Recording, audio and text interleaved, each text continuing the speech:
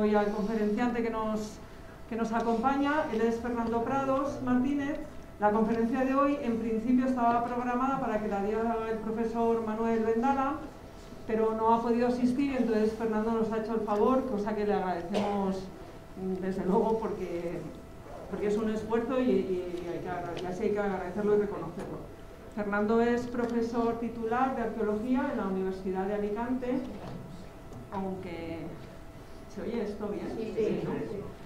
Aunque él se formó en la Universidad Autónoma de Madrid con el profesor Vendala, con el profesor Juan Blanquet, que también conocen todos ustedes o muchos de ustedes, y de hecho Fernando excavó en la provincia de Albacete, en los yacimientos de la Quéjola y del Salobral, o sea que es un buen conocedor no solamente de la época ibérica, del mundo púnico, que es su línea de investigación principal, sino que además conoce muy bien nuestra provincia, o sea que digamos que el profesor Vendala nos ha dejado en buenas manos, ¿no? para este día de hoy. Bueno, como decía, es profesor titular de la Universidad de Alicante, también es vicedecano de posgrado en esa misma universidad y además tiene una extensa carrera investigadora con contratos Juan de la Cierva o Ramón y Cajal, que son contratos de excelencia investigadora en nuestro país. Y dirige varios proyectos y forma parte de varios proyectos de investigación importantes. Uno ubicado en Baedo Claudia, en la provincia de Cádiz, en la ciudad de Bolonia, dedicado sobre todo, él estudia el mundo funerario púnico. Otro proyecto en Menorca sobre construcción sobre edilicia de época púnica y ceniria, tú corrígeme si me equivoco. Perfecto. Y un tercer proyecto en la provincia de Alicante, excavando el cabezo pequeño del estaño, en Guardamar del Segura, también un asentamiento fenicio de primera época.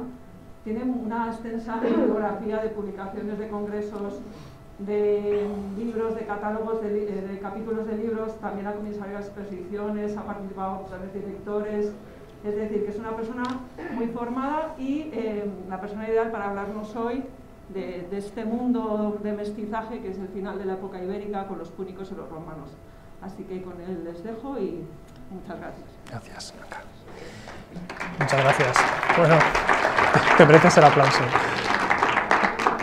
Bueno, yo quiero empezar por agradecer estas palabras de Blanca Gamo y también agradecer a Llanos toda la gestión que ha hecho estos días, porque bueno, también para mí ha sido una sorpresa. Yo pues no esperaba, pensaba venir como un visitante más, como un arqueólogo, como un público interesado a ver esta exposición, pero no tenía pensado que iba a acabar dando una conferencia. Quiero empezar por saludarles de parte de Manuel Vendala. Manuel Vendala es mi maestro, a mí me gusta utilizar la palabra maestro, él es mi maestro, yo soy discípulo del profesor Vendala, hice la tesis con él ha sido mi director de investigación y en gran parte lo sigue siendo. Yo soy continuador de muchas de sus líneas científicas y él me pidió, pues dado que le ha sido imposible, totalmente imposible, por esta situación un poco que vivimos, le ha sido imposible desplazarse desde Sevilla, él vive ahora en Sevilla, desde que se jubiló, me pidió que yo les acompañase, que de alguna forma yo hiciese mía esta comunicación, esta ponencia. Parte en realidad es deudora, como no puede ser de otra manera, de muchos de los trabajos que él me ha dirigido, de muchas de las discusiones que hemos tenido. Para mí ha sido un privilegio trabajar con él y es importante reconocerlo. Realmente debería ser él el que tenía que dar esta conferencia. Yo entiendo que a ustedes seguramente les hubiese gustado, a mí también, probablemente yo me hubiese desplazado como oyente para escucharla, aprovechando que estaba cerca, relativamente cerca, pero bueno, no ha podido ser así. Así que vaya por delante el saludo y el cariñoso abrazo que les dedica el profesor Vendala, que he hablado con él estos días y así me lo ha hecho, así me lo ha transmitido. Bueno, en realidad, claro, yo le voy a dar también una visión personal. Yo me he leído el texto que él ha presentado en el catálogo, que seguramente todos ustedes ya han tenido ocasión de ver o de ojear, o al menos conocer, y además, dado que iba a participar en este conjunto, en esta serie de conferencias, también he visto algunas de las conferencias de los colegas y las colegas que me han precedido, pensando sobre todo en no repetir contenidos, en hacerles pasar un rato agradable, también de alguna forma en provocarles. Yo soy alguien que no se dedica específicamente a la cultura ibérica, aunque he trabajado mucho durante muchos años con grandes profesionales de la cultura ibérica. Estoy en un departamento, en un área de arqueología de la Universidad de Alicante. El otro día creo que estaba con ustedes Félix Sala y uno de sus alumnos, de sus becarios de investigación. Es decir, mi día a día, mis cafés con leche de las 11 de la mañana son con iberistas, comparto despacho con iberistas y me he formado con iberistas. Pero por otro lado he desarrollado una línea completamente distinta desde el punto de vista geográfico, y es que yo he visto esa misma cronología desde el otro lado del Mediterráneo, desde el mundo de Oriente Próximo, desde el mundo del Líbano y desde el mundo del norte de África. Entonces mi discurso va a ir precisamente sacándoles a ustedes del lugar, en el mejor de los sentidos, y aproximándonos a la cultura ibérica, pero realizando un viaje a la inversa, la cultura ibérica vista desde el Mediterráneo, para ver hasta qué punto la cultura ibérica toma diferentes elementos culturales, religiosos, incluso lingüísticos, de esas culturas mediterráneas, algunas veces incluso puede ser más desarrolladas, no sabemos. Es verdad que la cultura ibérica, al no conocer, no poder descifrar su escritura, no conocer sus textos, eso pues nos impide seguramente conocer muchas más cosas, y tenemos que reconstruir mucha de la información de la cultura ibérica a partir de lo que podemos comparar con estas sociedades contemporáneas. Así que a modo de propuesta yo les voy a proponer un viaje a la inversa, un viaje a la cultura ibérica, pero, como les digo, poniendo el zoom, poniendo el objetivo, el enfoque en un ámbito, en un espectro más amplio, la cultura ibérica en su contexto del Mediterráneo occidental, para ir evaluando esos puntos de conexión con el mundo mediterráneo. Voy a dedicar también parte de la conferencia a los púnicos de Iberia, a los cartagineses que llegaron probablemente ya antes incluso de las guerras púnicas, como veremos, al suelo hispano, las estrategias de control que podemos inferir a partir de los resultados de excavaciones arqueológicas, de algunas referencias textuales, y ver también cómo toda esa incidencia exógena, esa incidencia mediterránea, esa incidencia cartaginesa, provocó respuestas importantes y generó identidades dentro de lo que es la cultura ibérica. Terminaré la conferencia pues hablando de qué sucede en realidad con esa cultura ibérica en el momento de la conquista romana. Me voy a detener muy pronto, me voy a detener aproximadamente en los primeros años del siglo II a.C., como el punto y final de lo que fue ese episodio de conquista, al menos de toda la zona en la que nos encontramos, todo el ámbito de la meseta sur y del sureste de la península ibérica. Lo que ven en esta imagen es un mapa que yo he visto estos días en algunos de los ponentes, creo que era el profesor Blánquez utilizaba, ¿no?, en su ponencia hace unas semanas. Es el Mediterráneo occidental cronológicamente en el momento en el que los historiadores hemos decidido, en realidad, los historiadores hemos puesto fecha de inicio a la cultura ibérica. La cultura ibérica, hablamos de un periodo ibérico antiguo que arranca en el siglo VI a.C., en la primera edad del Hierro. Bien, pues lo que ven aquí es un panorama general del Mediterráneo desde el punto de vista político, geopolítico, qué está pasando en el Mediterráneo en ese momento de génesis, de germen de la cultura ibérica. Bueno, pues el mapa está sacado de la información que recoge Polibio de Megalópolis. Polibio en sus historias habla de una serie de tratados romano-cartagineses. Estamos en un mundo de bloques, de hecho viene al dedillo, ¿no? Si abren cualquier periódico en estos días, estamos viendo el conflicto de Ucrania, esperamos que no llegue a más y que realmente se solucione diplomáticamente, pero estamos viendo un mundo de bloques. Los que tenemos ya cierta edad, hemos vivido todo el siglo XX, hemos oído hablar del mundo capitalista, del mundo de la OTAN, del mundo del Pacto de Varsovia, del mundo comunista, del influjo de Estados Unidos y del influjo de la Unión Soviética, y lo que ven aquí es un poco lo mismo, salvando las distancias cronológicas, un mundo de bloques, un mundo dividido entre una potencia histórica, una potencia como es Cartago, que ya en el siglo VI podemos decir que es hegemónica en el Mediterráneo central y occidental, y una incipiente potencia que va adquiriendo cada vez más importancia, que es Roma. Este mapa, lo que están viendo es el reflejo de los pactos que esa gran potencia histórica que es Cartago y Roma realizan para dividirse el Mediterráneo. Dividirse el Mediterráneo no políticamente, pero sí al menos desde el punto de vista económico. Lo que ven son zonas de influencia fundamentalmente económica, zonas de exclusión comercial. Y fíjense que la península ibérica, precisamente por ese pasado fenicio, que es el mismo pasado que tiene la propia Cartago, ese origen fenicio, todo el tercio sur peninsular, toda la plataforma litoral, aparece mencionada dentro de estos tratados como parte de esa zona de exclusión comercial, esa zona de reserva que tiene Cartago para poder, como ven en ese color verde, en esa trama verde, para poder llevar sus productos y, al fin y al cabo, bueno, adquirir riqueza. Este sería el panorama que tenemos en el Mediterráneo en el momento en el que nos dicen los arqueólogos, nos dicen los historiadores, que surge la cultura ibérica, en el periodo ibérico antiguo, en el siglo VI a.C. Claro, esa presencia costera, esa presencia en la epidermis, no se va a quedar solo ahí.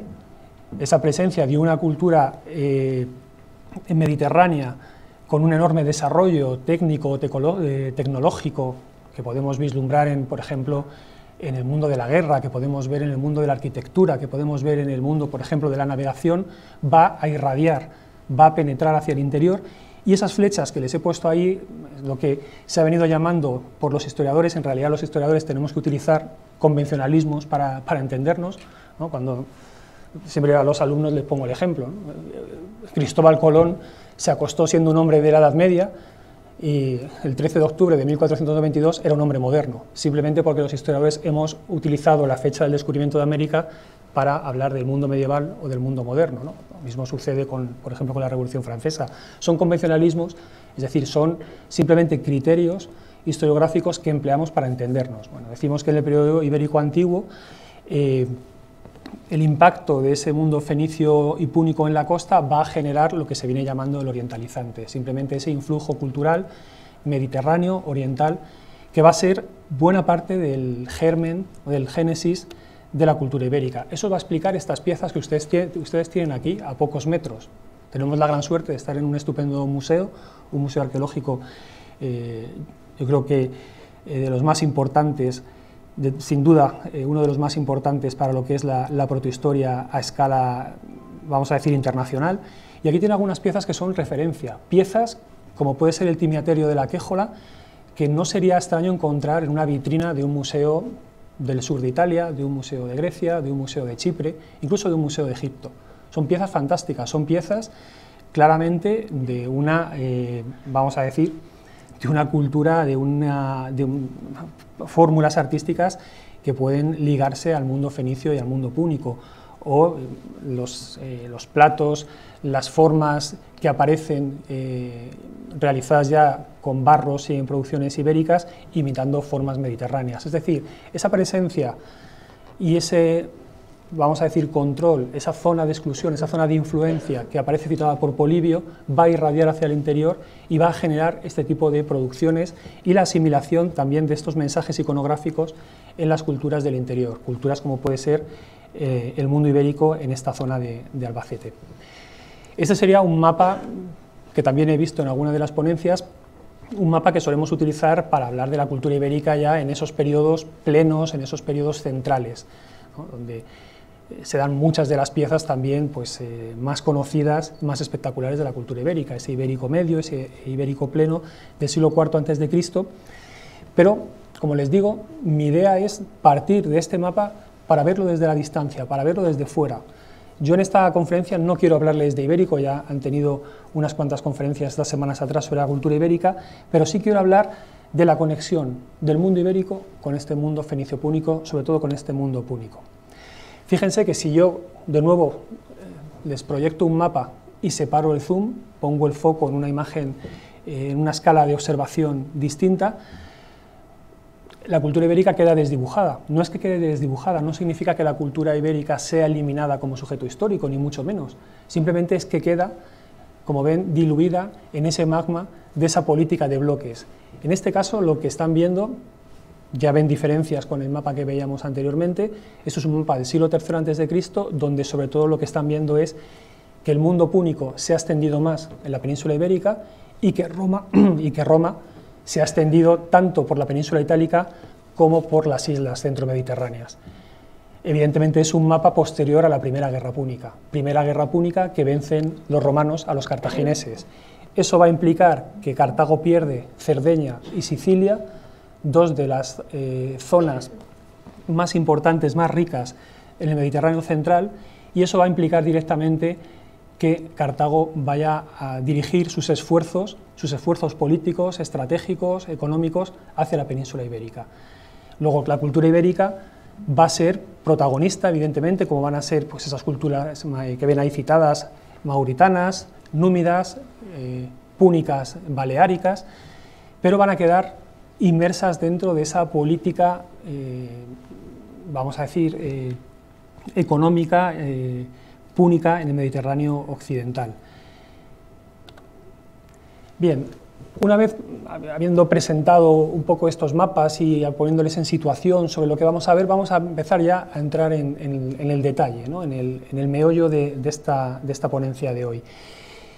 No sin antes hacer una breve alusión también a los historiadores, a la historiografía, porque en definitiva los que hoy pues, tenemos la posibilidad de dar una conferencia como esta, en una tarde como la de hoy, en un centro como es este museo, en definitiva somos herederos de una trayectoria de siglos de investigaciones, de trabajos, de muchos historiadores, de muchas historiadoras que nos han precedido y que, lógicamente, pues, han sido productos, víctimas del tiempo en el que se movían.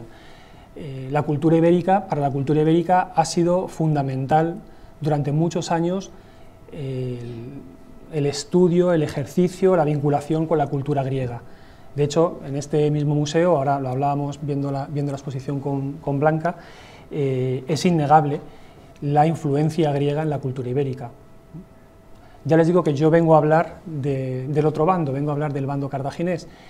Y es curioso porque en todas las exposiciones, incluida en esta que un poco avala y que arropa este ciclo de conferencias, vemos siempre bien subrayado, bien definido el papel de lo griego, pero hay muchas más cosas, y de esas cosas es de las que yo les voy a hablar aquí en adelante. Lo que ven es que el propio estudio de la cultura ibérica ha sufrido o ha sido parte de un péndulo interpretativo, ¿no? Ha habido un movimiento pendular y se ha ido interpretando la cultura ibérica a veces desde un punto de vista autoctonista, subrayando o potenciando el valor autóctono de la cultura, ligándolo con las sociedades de la Edad del Bronce, o incluso anteriores. Otras veces el péndulo se ha ido al exterior, se ha estudiado la cultura ibérica en función de la incidencia del papel de las culturas influenciantes, externas, sobre todo de la griega, y en alguna ocasión, en algún trabajo ya antiguo, como este que ven ahí de Figueras Pacheco, Acraleuca, el libro de la izquierda, sí se ha visto ese papel de lo cartaginés, ese papel de lo púnico, al menos sobre todo para lo que sería la plataforma costera, para la zona costera de Valencia, Alicante y Almería. Es decir, la cultura ibérica es la misma, los yacimientos son los mismos, los materiales son los mismos, son los arqueólogos a lo largo del tiempo los que han ido viendo o subrayando con más fuerza el papel de las culturas influenciantes, incluso en ocasiones, como es el caso de la tesis de Enrique Llobregat, incluso el papel autóctono propio de la cultura ibérica. Se ha pasado del historicismo cultural como modelo interpretativo a través de la aculturación a visiones actuales, posmodernas, dentro de lo que se llama el poscolonialismo, ¿no? Dándole mucha fuerza a la identidad, dándole mucha fuerza sobre todo a la iniciativa de las poblaciones ibéricas, que son las que van a decidir hasta dónde y hasta cuándo van a coger diferentes elementos venidos de fuera. Bueno, la cuestión es que, como ven, el péndulo ha ido girando. Sí quiero subrayar que, claro, durante el siglo XX hemos vivido para la cultura ibérica, durante toda la etapa franquista, una especial sublimación, o no sé si sobrevaloración quizá, del mundo griego, quizá por las propias, el origen habría que buscarlo en la propia formación de muchos de los arqueólogos formados en Alemania, arqueólogos como Antonio García Bellido, de una clara formación germánica y un gran conocimiento del mundo griego, que para los que les ha sido muy fácil detectar esos elementos griegos en la cultura ibérica. Es importante también subrayar que en la península ibérica, o la cultura fenicia y la cultura púnica han sufrido también su parte de antisemitismo. No a niveles como pueden suceder en otros sitios, aquí no se han quemado libros semitas o libros judíos, este tipo de cosas, pero durante mucho tiempo son sociedades que han quedado relegadas, ¿no? La visión de lo fenicio, la visión de lo púnico ha quedado relegado dentro de lo que es la trayectoria, la tradición historiográfica española, hasta prácticamente los años 60 y 70. Pero claro, si hay algo realmente tozudo, si hay algo realmente que nunca falla, es el contexto arqueológico. Y yo les vengo a hablar aquí como arqueólogo que soy. Vamos a hablar de realidades tangibles, de realidades materiales. Hasta hace apenas 40 años, menos de 40 años, el mundo púnico en suelo hispano era prácticamente desconocido. Cuando digo mundo púnico me refiero al mundo arqueológico, a la cultura material. Hay algunas referencias, hay algunos textos, se habla sobre todo de lo que nos dicen los historiadores, de lo que nos dice Tito Livio, de lo que nos dice Polibio, de lo que nos dice Diodoro de Sicilia, pero no había una realidad tangible.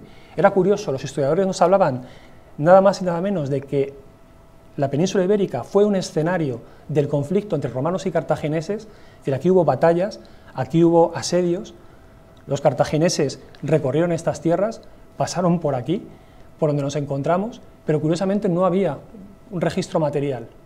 Teníamos los textos, pero no teníamos nada tangible, no teníamos nada arqueológico, no podíamos reconstruir esa información. Hay un hito que es fundamental, que es el descubrimiento en una excavación de urgencia, en una excavación de salvamento, de este fragmento de la muralla de Cartagena.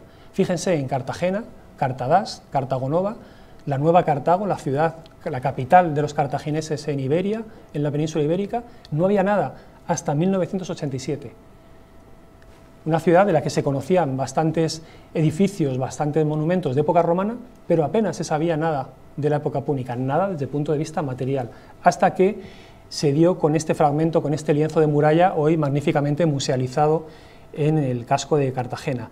Bien, pues esta muralla púnica, con materiales púnicos, con cronologías del último tercio del siglo III a.C., nos ponían sobre aviso de que realmente sí que había una materialidad vinculada con el mundo púnico en la península ibérica. A raíz de esa excavación se excava la muralla púnica, la muralla de Casamatas, esta muralla que ven aquí del castillo de Doña Blanca, en el puerto de Santa María.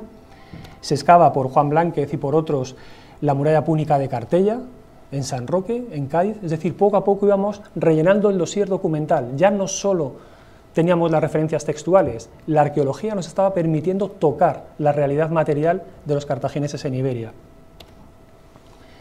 Más recientemente las excavaciones en el Tosal de Manises, del equipo del Museo Arqueológico de Alicante, un fortín de época bárquida, de los Barca, de Aníbal, de Asdrúbal, de Amílcar, de estos personajes fundamentales sobre los que iremos mencionando después, y recientemente nuestro propio proyecto en Menorca. Menorca, una isla en mitad del Mediterráneo que de repente había quedado también en blanco, de la que no se sabía nada, tan solo referencias sobre la presencia del hermano pequeño de Aníbal, de Magón, que había pasado una temporada y que podía haber refortificado alguno de los enclaves. Bueno, pues la arqueología nos está permitiendo, como ven, reconstruir este tipo de cosas. Por otro lado, los yacimientos conocidos de siempre, los yacimientos ibéricos como la Illeta de Esbañez, del Campello, en Alicante, que durante mucho tiempo, en las excavaciones de Llobregat, este autor del libro de la Contestana Ibérica que veíamos antes, había sido un yacimiento ibérico, 100% ibérico. Durante unos años 90, a principios de los años 2000, se decía por la extrañeza de la realidad material, por los templos, por el tipo de arquitectura, por los materiales, que era muy extraño para ser ibérico, se empezó a publicar como un unicum. En arqueología, cuando decimos un unicum, es un caso único. Es ibérico, pero es lo único que tenemos. Hasta que poco a poco los propios investigadores, los propios excavadores han empezado a verlo desde otra perspectiva, verlo como un espacio vinculado, muy vinculado con el Mediterráneo, muy vinculado con Ibiza y seguramente de una naturaleza también púnica. Carmen Aranegui, que les acompañó hace unas semanas con una magnífica ponencia sobre escultura, en su libro sobre los íberos, publicado en 2012, viene a decir que esta Illeta de Campello a lo que se asemeja es a una granja púnica. Entiéndase granja no como un espacio agrícola o ganadero, sino como un centro productivo, como un gran centro productivo, dentro de esas granjas que se están excavando por todo el Mediterráneo de cronología púnica. Y cito textualmente, dice Carmen Aranegui, que la investigación sobre el medio colonial occidental ha acuñado ese término para estos espacios productivos, granja. Y dice Carmen Aranegui que el caso más claro se localiza en la Illeta de Campello. Es decir, ha pasado de ser un yacimiento ibérico a que el avance de la investigación ya ha puesto en duda incluso su propio carácter. Vuelvo de nuevo al mapa y seguimos avanzando. Ya estamos en época de los segundos y terceros tratados. Fíjense el papel de lo cartaginés, ¿no? Cada vez, como ven, se va haciendo más grande esa zona de influencia y lo importante es entender dónde nos encontramos, y que a veces hablamos del norte de África o a veces hablamos de Cartago y vemos la distancia y pensamos que es muy complicado. En realidad es todo mucho más sencillo. Esto que ven aquí es una fotografía actual, una fotografía de hace un par de años, cuando todavía podíamos viajar con normalidad desde Alicante a Ibiza. Es la costa de Alicante vista desde Ibiza, en un día de visibilidad normal. Esto no es un día espectacular, cualquier día, sobre todo en invierno, cuando no hay la calima del verano, es muy sencillo ver desde la montaña alicantina, ver Ibiza y Formentera, y es muy sencillo desde la costa occidental de Ibiza ver, por ejemplo, si conocen la costa de Alicante, la zona de Denia, el Montgó o incluso el Puig Campana y Benidorm. Se ve perfectamente, o el Mondúber y la zona de Gandía, ¿no?, del Golfo de Valencia. Se ve perfectamente. Luego, hablar de ese impacto del papel de lo púnico en la península hay que entenderlo también en este marco geográfico, porque Ibiza, como seguramente saben, Ibiza va a ser uno de los núcleos fundamentales, uno de los centros, de los polos fundamentales de la cultura cartaginesa. Ibiza es fenicia, Ibiza es cartaginesa y Ibiza está a tiro de piedra, en línea recta, a escasos 80 kilómetros de la costa ibérica, en este caso de la costa actual alicantina. Aquí ven algunos de los yacimientos que ya hemos ido mencionando. Les he mencionado Cartagena, les he mencionado el Tosal de Manises en Alicante, con estos registros arqueológicos de época púnica, pero hay mucho más. Recientemente tuvimos la suerte de excavar este pequeño espacio, este pequeño fortín, ubicado en el término municipal de Campello, entre Campello y Villajoyosa, un pequeño fortín fechado, que lo podemos fechar en ese momento de los tratados romano-cartagineses, siglo V, siglo IV. La cultura material, las cerámicas que aparecen en este yacimiento son cerámicas ebusitanas. Hay ánfora ibérica costera, la ánfora contestana, ánfora producida en esta zona, y material ebusitano. Pero es un yacimiento, un pequeño fortín, un espacio fortificado con un acceso en codo. Fíjense, ¿no?, la puerta es imposible que sea vista desde el mar, ubicada en un sitio en el que no hay, está rodeado de montañas, en el que no hay accesos fáciles al interior y del que solamente podemos entender una funcionalidad ligada con el mundo de la navegación. Es una especie de fortín, faro en tierra, además ubicado al lado de una de las escasas desembocaduras con agua dulce, con agua potable y con agua de calidad que hay en esta zona de la costa del Campello. En valenciano el topónimo es Aigües Baixes, aguas bajas, y ahí justo es donde desemboca el barranco de Aguas. Aguas de Busot, si lo conocen, pues es donde desemboca el barranco de Aguas. Y es un punto de aguada fundamental para la navegación tradicional. Es un punto donde los barcos podían coger agua dulce. Y es curioso que ahí aparece este pequeño fortín, un fortín que tenemos que entender dentro de este proceso, de esa presencia púnica y esa interacción púnica, al menos geográficamente, en el mundo ibérico. Si vemos otro de los yacimientos que les ponía en el mapa, la Escuera, en San Fulgencio, también en Alicante, y analizamos las ánforas como saben es el contenedor por excelencia en el mundo antiguo, donde se llevan los materiales, donde se llevan los productos alimenticios, el vino, el aceite, las salazones. Bueno, pues en los yacimientos ibéricos el 80% del material anfórico es producción púnica, es producción de Cartago, es producción de Ibiza sobre todo, y es producción del ámbito del Estrecho, del ámbito de Cádiz, de estas zonas también fenicias y púnicas. Pero es no solamente la Escuera.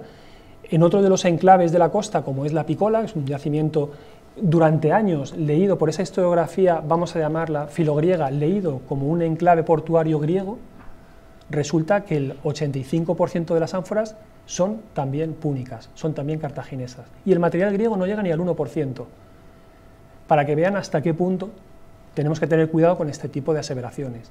Un yacimiento interpretado como un puerto emporio de tipo griego, del que resulta que solamente un 1% de los productos de las ánforas de transporte son realmente griegas. O sea, hasta qué punto se ha silenciado el papel de lo cartaginés y se ha, de alguna forma, sobrevalorado el elemento púnico. Bien, vamos a ver qué es lo que pasa en la meseta, qué es lo que pasa en la zona de Albacete, qué es lo que pasa en esta zona. Ya estamos diciendo desde el principio que todo esto está irradiando al interior, que claro, con los productos llegan ideas, con los productos llegan mensajes iconográficos, formas de vida y sobre todo formas de entender la jerarquía y de entender la organización social. Lo que ven sobre un mapa de la península ibérica, lo que ven es el llamado Camino de Aníbal, la Vía Heraclea, la Vía Augusta, fosilizada ya en época romana, y el trazado de la Vía Complutum Cartagonova, ¿no? Dos ejes fundamentales, dos ejes de comunicaciones fundamentales para toda la meseta sur, que se cruzan, nos dicen los investigadores, aproximadamente en lo que sería hoy el término de Chinchilla. en Albacete. Bien, pues un cruce de caminos no es otra cosa que un foco de irradiación. En este cruce de caminos, por aquí pasan mercancías, por aquí pasan ánforas, por aquí pasan todos estos objetos, objetos muchas veces de prestigio, oro, plata, marfiles, ¿no? Está en un museo que tiene todas estas piezas, broches de plata, marfiles, ¿no? Aquí no hay elefantes, ¿no? Aquí no hay...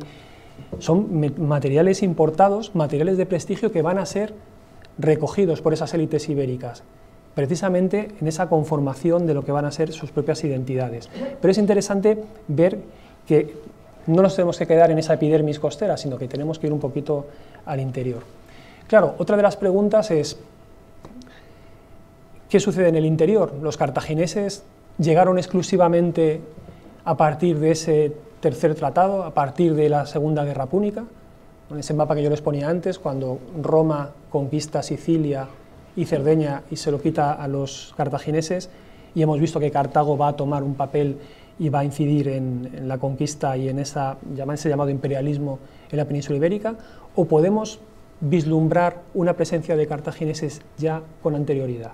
Bueno, pues vayamos de nuevo a la realidad arqueológica. Aquí tienen algunas referencias textuales, referencias literarias, pero también realidades tangibles. Creo que es la forma de construir información histórica con cierta, vamos a decir, no solo con coherencia, sino dotar un poco de veracidad a todas estas propuestas. ¿Qué nos dicen algunos de los autores más reconocidos? ¿Qué nos dice Pausanias? Pues nos dice que hay reclutamientos, ya en el siglo IV a.C., reclutamientos de mercenarios ibéricos, que van a acabar luchando en las guerras de Sicilia. Hay que entender esos reclutamientos como una voluntad, una iniciativa, es decir, el íbero de esta zona, el íbero de Albacete, el íbero de Murcia, ¿se quería enrolar en una guerra en Sicilia? ¿O había quizá algún tipo de movimiento forzoso? No lo sabemos. Lo que nos dice Pausanias, Plutarco, Diodoro o propio Polibio es que hay trasiego y que hay mercenarios.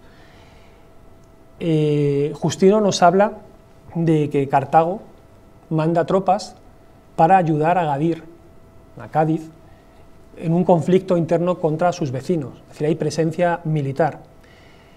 Pero claro, estas son las referencias textuales, pero ¿qué nos dice la arqueología? ¿Qué nos dice el análisis material? Por ejemplo, que las minas de plata de la zona de Sierra Morena se están explotando en el finales del siglo V y en el siglo IV. ¿Y a dónde va esa plata? Porque esa plata no se está trabajando en la península ibérica. Y recientes análisis de monedas, acuñaciones cartaginesas en Sicilia del siglo IV, los análisis de isótopos nos dicen que la plata viene de Sierra Morena.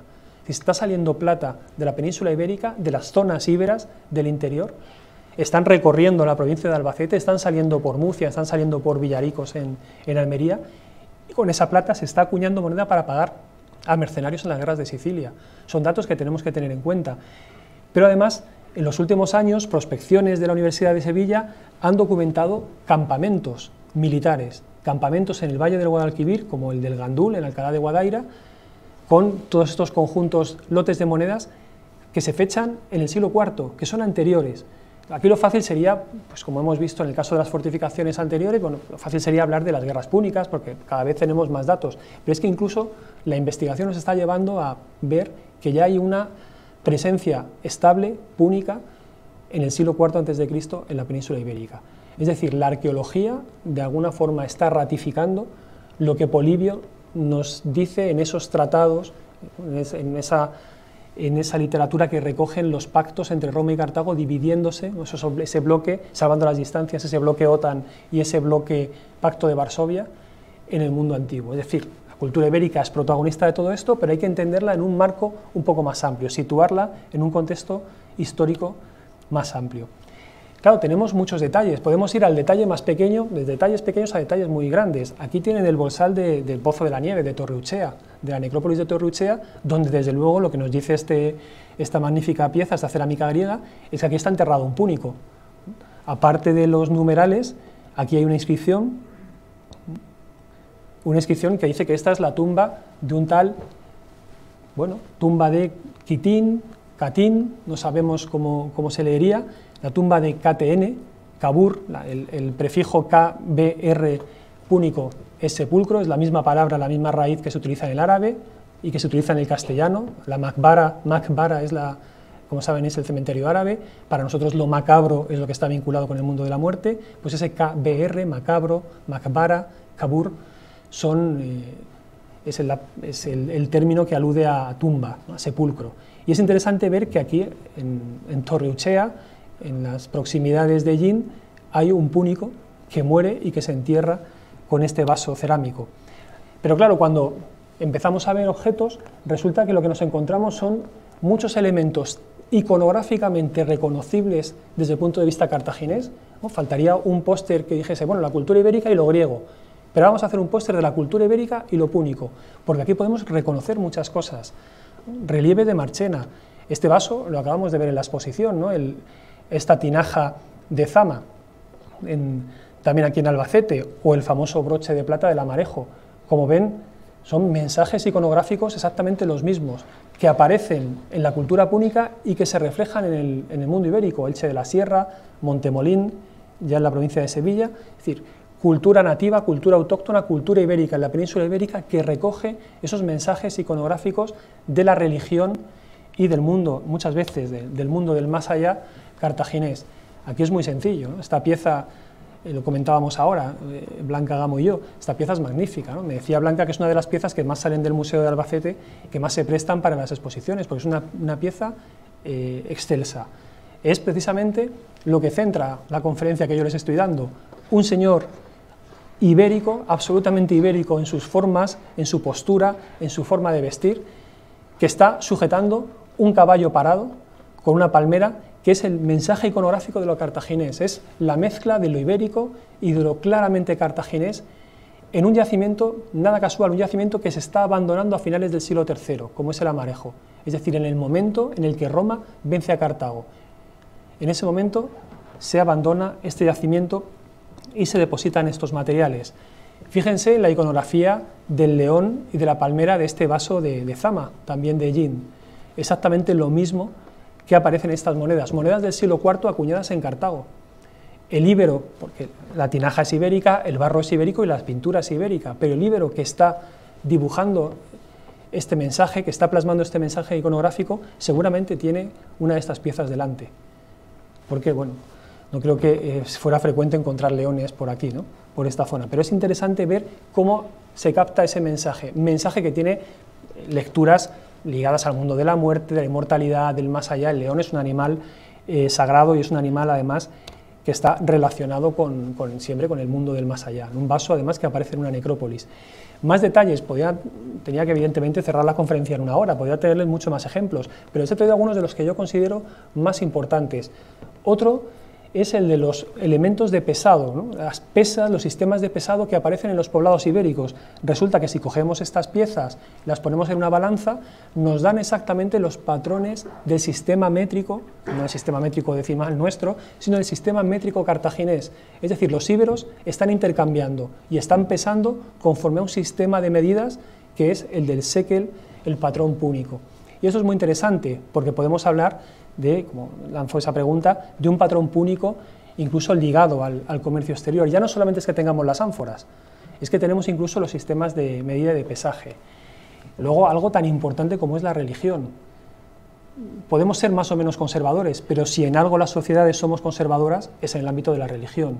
No cambiamos de religión de la noche a la mañana, no cambiamos la forma de entender la muerte o el más allá, o nuestros mensajes religiosos de un día para otro. Y es interesante ver que en algunos de los poblados ibéricos, aquí les traigo algunos, pero hay muchos más, aparecen templos de tradición púnica, arquitectónicamente de tradición púnica, construidos a la púnica, con patrones métricos púnicos, con materiales trabajados a la forma púnica, pero además con objetos de culto típicamente púnicos. Uno de los más elocuentes es esta triada de betilos del Cerro de las Cabezas, de Valdepeñas, un templo que encajaría perfectamente en Cartago, en el entorno del norte de África, encajaría perfectamente en Marruecos, encajaría perfectamente en Argelia, pero lo tenemos en el mundo retano, lo tenemos al interior, lo tenemos en Valdepeñas. ¿Qué hace este tipo de templo en esta zona? Tenemos los restos de un templo reutilizado en la muralla romana de Cástulo, pero de nuevo un elemento religioso cartaginés en el interior de Andalucía, en Linares, la provincia de Jaén, o en el Tosal de San Miquel, en Liria, en Valencia, otro de estos templos de carácter urbano. Bien, el profesor Vendala, en el texto que presentaba al catálogo, nos hablaba de esas élites ibéricas y de los mensajes que toman las élites ibéricas y cómo los plasman, y cómo esas propias élites, a través de la adopción de esos mensajes, estimularon la aproximación de estos líderes cartagineses, también de los romanos, porque de alguna forma, revistiéndose de esos mensajes iconográficos, de esas formas, de esos elementos que hemos ido viendo, les era más fácil situarse en posiciones preponderantes. Bien, les traigo una de estas imágenes un poco para provocar. Esto que ven aquí son nativos filipinos, nativos africanos, pero fíjense cómo van vestidos. Un caso flagrante es el de este esclavista negro, un personaje bien conocido en la historiografía norteamericana. William Ellison era un esclavista de raza negra, era un tratante de esclavos, que se vestía como un propietario sureño en el siglo XIX para situarse en una escala intermedia. Él, por supuesto, no era igual que los blancos, ni los blancos le iban a ver como a ellos, pero él, adoptando esos mensajes, adoptando esas posturas, ese peinado, sobre todo esa ropa, incluso el catalejo que ven ahí, catalejo por el que lo que hacía era mirar cómo llegaban los barcos de África con esclavos a las costas de Florida. Bien, pues lo que hacía era situarse por encima de los de su raza. Bueno, tienen otros ejemplos, ¿no? Ejemplos del siglo XVI, del siglo XVII, del siglo XVIII y XIX, ejemplos de personajes nativos, indígenas, que van a adoptar formas, vestiduras, elementos de prestigio para situarse en esas posiciones, para dialogar de tú a tú, entre muchas comillas, de tú a tú con esos agentes comerciales, con esos agentes externos. Quizá lo que tenemos en el mundo ibérico es algo parecido. ¿Cómo podemos entender una forma de expresión tan brutal como el monumento de Pozo Moro? El monumento de Pozo Moro, ligado lógicamente a las élites, la tumba de uno de estos grandes aristócratas ibéricos, revestido de mensajes claramente orientales, claramente fenicios. Un monumento, además, bien conocido en el norte de África, un modelo arquitectónico que se repite de oriente a occidente dentro de este espacio cultural de contacto, de conexión fenicio-púnica. Aquí ven algunos de los monumentos del actual Túnez.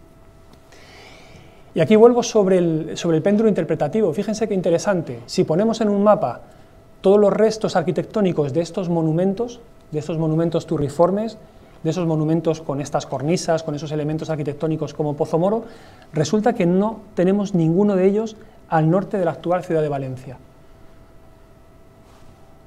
¿Qué sucede con todo el ámbito de Castellón, del norte de la Comunidad Valenciana, de Cataluña y del Languedoc? Tierras ibéricas, por otra zona. O sea, por otro lado, son tierras ibéricas, pero ¿por qué no tenemos este tipo de mensajes? ¿Hasta qué punto tenemos que volver a repensar el papel de lo púnico, el papel de lo cartaginés? En esta zona lo que tenemos es precisamente ese área de conexión cultural, ese área de exclusión que hemos ido viendo en esos tratados romano-cartagineses y que vamos a ver ahora con algunos detalles también iconográficos y arquitectónicos. Es interesante porque durante mucho tiempo, como les decía, se ha valorado, se ha potenciado, se ha trabajado mucho con esa línea, con esa lectura en función de lo griego de la cultura ibérica, pero es interesante ver que, por ejemplo, estos grandes monumentos funerarios, estos grandes monumentos de las élites, no hay ninguno fuera del ámbito cultural, de ese ámbito de influencia púnica, y creo que es algo llamativo. Además, fíjense que este tipo de edificios y las cornisas, los elementos arquitectónicos, se concentran en tres espacios, y son tres espacios en nada casuales. Se concentran en la zona de Cádiz y el estrecho de Gibraltar, se concentran en la región minera de Cástulo, como hemos visto, una de las primeras zonas que van a ser explotadas por los cartagineses desde el siglo V, esa región de minas de plata de Sierra Morena, y en esta zona, ¿no? Albacete como borde, digamos, occidental, y hacia la costa de Alicante-Murcia, el entorno de Cartagena. No porque Cartagena ya existiese en este momento, sino porque las minas de plata de Cartagena ya se están explotando en este momento. Cádiz, la gran ciudad fenicia y púnica, zona minera del sureste, zona minera de la Alta Andalucía. Y esos son los tres focos donde vamos a encontrar esos mensajes iconográficos de las élites.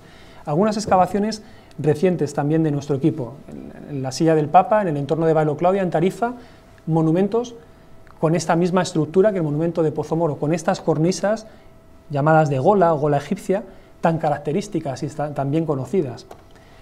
el entorno de Cástulo con el poblado, el Oppidum de Giribaile, un yacimiento ibérico que presenta este edificio también con esta misma tradición claramente norteafricana, con cornisas de gola en el entorno de las minas de Cástulo.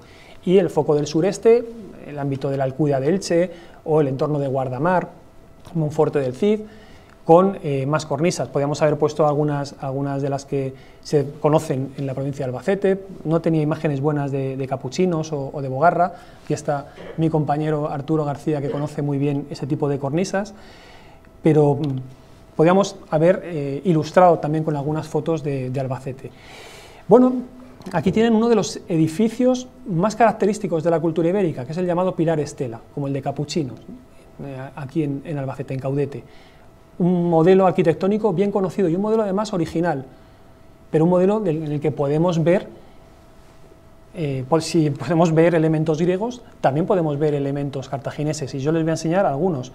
Fíjense la imagen frontal de la cornisa y de esa moldura del pilar de Monforte del Cid, en Alicante. Y fíjense una estela del Tofet de Cartago, de ese área especial, de ese santuario o ese espacio de sacrificio de Cartago.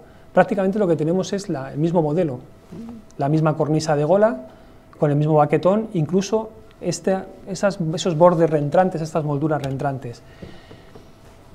Se trata de un modelo original, porque en realidad no tenemos en el norte de África, en el ámbito púnico, este modelo con 4 caras. Es decir, lo que están viendo es elementos iconográficamente púnicos, pero dentro de un mensaje, de un espacio, de un edificio claramente original ibérico. Pero que es importante ver que están llegando estos mensajes, que están llegando estas iconografías. En una de las caras de este pilar, este pilar Estela, que está expuesto en el Museo de Arqueología e Historia de Elche, resulta que está tallado uno de estos mensajes iconográficos, está grabado uno de estos monumentos, como los monumentos que les he ido enseñando. Y es interesante porque este tipo de mensaje es muy frecuente en el mundo funerario púnico. Lo tenemos en los hipogeos pintados, lo tenemos incluso en los colgantes que aparecen en algunos de los enterramientos. Este símbolo es un símbolo de salvación para el mundo púnico, lo conocemos bien y es curioso, es interesante, más que curioso, es interesante ver que en una de las caras de este pilar Estela ibérico aparece grabado uno de estos mensajes para asegurar la salvación del alma de la persona que está enterrada aquí, y que es importante. Otro de los monumentos de Elche, conservado en el Museo de Arqueología e Historia de Elche, es esta esfinge muy conocida, la esfinge del Parque de Elche, pero fíjense que si la analizamos con cierto detalle, lo que estamos viendo de nuevo son mensajes iconográficos cartagineses ligados a una cultura de las élites. ¿No? El difunto va subido a lomos de este ser alado, y guiando este ser alado lo que tenemos es una imagen de la diosa Astarte, la diosa fenicia y púnica por antonomasia. Aquí ven un sarcófago de esta diosa alada, tiene las alas plegadas sobre el manto, como lo tiene también esta pieza ibérica, por otro lado conservada en Elche. Aquí tienen una de las cerámicas pintadas de la Alcudia. Aquí en la exposición han venido de la Alcudia una de estas piezas con estas diosas aladas. Es, como ven, la representación a la ibérica de esta divinidad, de esta Astarte típicamente fenicio-púnica. Aquí tiene el origen de este tipo de piezas. Este es uno de los santuarios más conocidos en el norte de África, de Tinit, Tinisú, de Tanit, de Astarte, y fíjense cómo podemos ver la repetición, incluso desde el punto de vista del tocado, desde el punto de vista del vestido, de esta divinidad del Parque de Elche, de esta divinidad de una esfinge ibérica, que se reconoce perfectamente en estas terracotas y en estas esculturas de un santuario religioso, un santuario púnico en el norte de África, ¿no? La esfinge alada y las alas sobre el cuerpo. Bien, ya prácticamente para ir terminando, hablar de la parte final, ¿no? Es importante porque una de las formas de reconocer mejor el impacto que pudo tener una cultura sobre otra, o la presencia de un determinado pueblo de la antigüedad, es estudiar la perduración posterior. Una de las mejores formas de entender, de reconocer el mundo púnico o de reconocer el mundo romano, va a ser analizar qué es lo que quedó de ese mundo púnico o qué es lo que quedó de ese mundo romano una vez que estas culturas desaparecieron.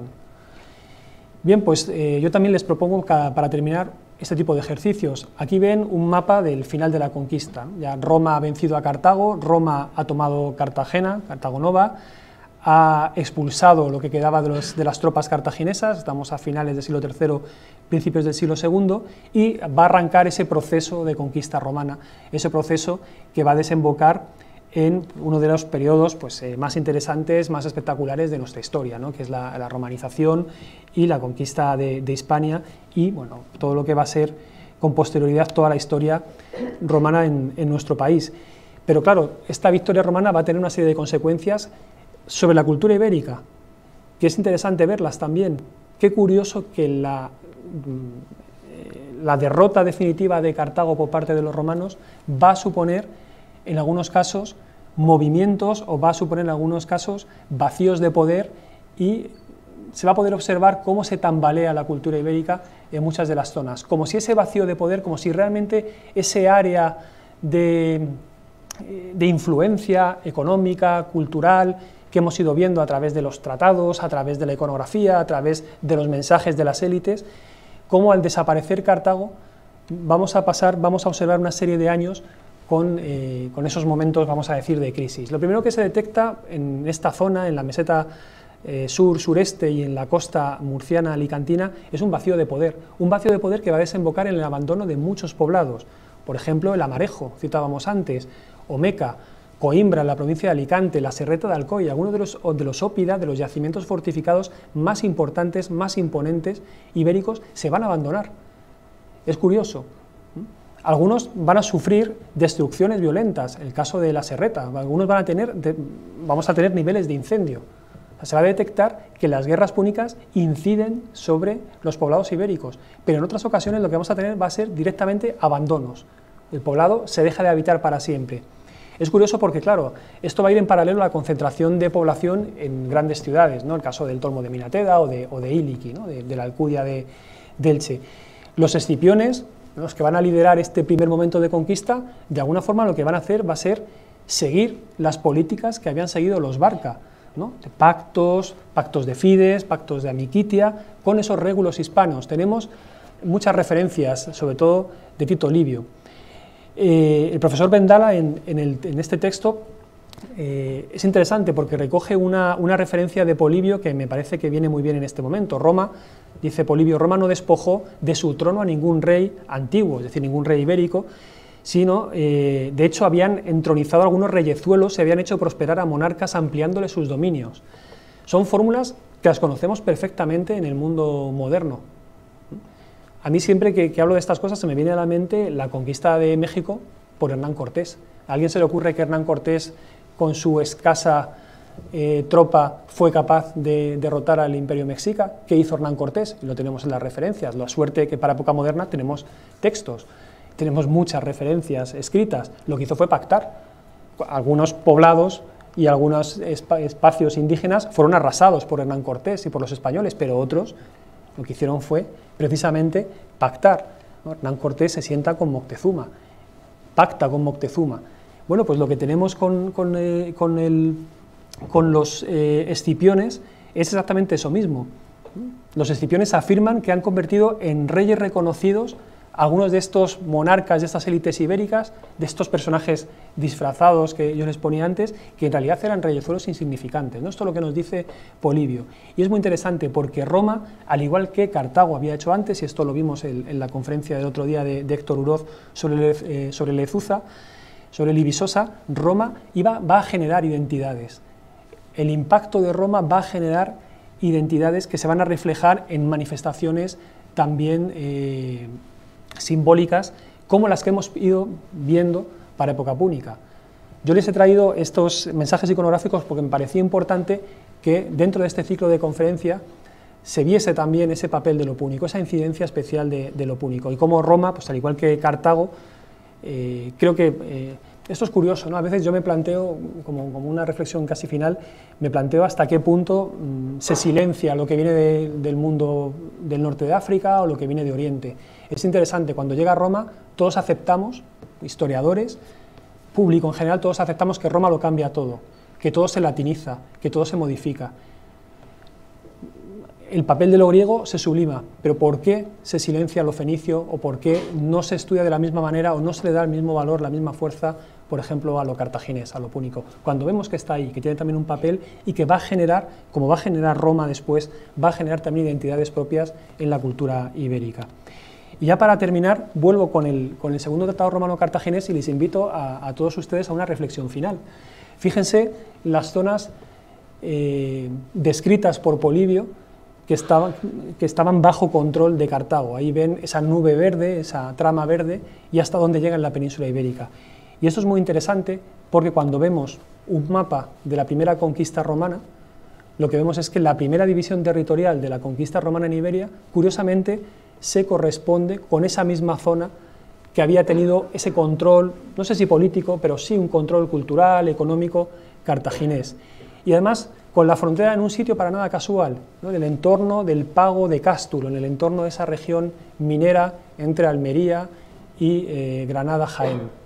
La Hispania quiterior, la Hispania ulterior, prácticamente fosilizan lo que fue ese espacio que había sido dominado culturalmente, controlado o ubicado bajo la zona de influencia cartaginesa. Y termino con esta frase de hace unos años también del profesor Vendala, en la que dice que solo se entiende el éxito inicial de la conquista de Hispania, de la conquista romana de Hispania, si Roma dispuso de una estructura válida en la que apoyar su autoridad. Yo creo que esa estructura probablemente, en cuanto a división territorial, en cuanto a caminería, en cuanto a esas élites ya de alguna forma que habían generado esas identidades propias, derivadas de lo que pudo ser el control cartaginés en toda esta región. Bueno, espero que les haya interesado, que de alguna forma les haya ilustrado, les haya completado todo lo que han ido viendo. Entiendo que me he salido un poco de lo que es cultura ibérica, pero creo que era importante también que tuviesen una visión al menos diferente y provocativa. Les agradezco muchísimo su presencia. Me parece fantástico que, dada la situación, hayan sido ustedes capaces de prácticamente llenar esta sala, así que quedo a su disposición por si hay alguna pregunta y ya les digo, muchísimas gracias por haber asistido y por haber tenido la paciencia de escucharme durante este tiempo. Gracias.